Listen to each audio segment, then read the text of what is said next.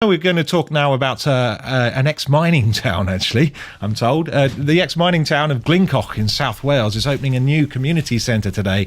Nothing so unusual in that, perhaps, except it was only able to get the full budget it needed with the help of a new online business that tries to attract private funds to what are known as public space projects. It's called Spacehive, and its chief executive is Chris Gourlay. Good morning. Good morning. So your company just started up in December, doesn't it? What does it actually do?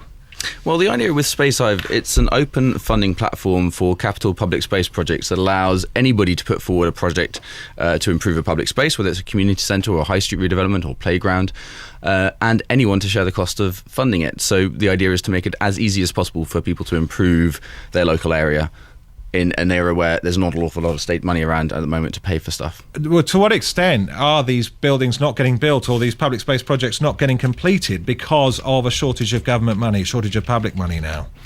There's an awful lot of schemes that have been shelved because of the economic downturn. If you take playgrounds, for example, they were building about 700 of them a year under a scheme that was cut in November of 2010. And so there's a huge opportunity for people to be reviving some of these projects, often very popular local projects, by chipping in a little bit more to make sure they're viable. And so you've often got a lot of state money available.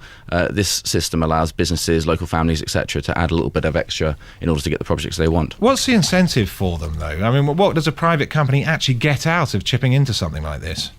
Well, if you think about it, public space is an arena which has a huge bearing on our quality of life and economic well-being. If you're a local trader on a high street, the difference between a high street, which is a rubbish place that people don't want to visit, and somewhere that's a nice place to be that people want to spend money, can have a huge impact on your business. And so this is a service that allows people to invest in improving playgrounds and high streets and so on, and to reap the benefits.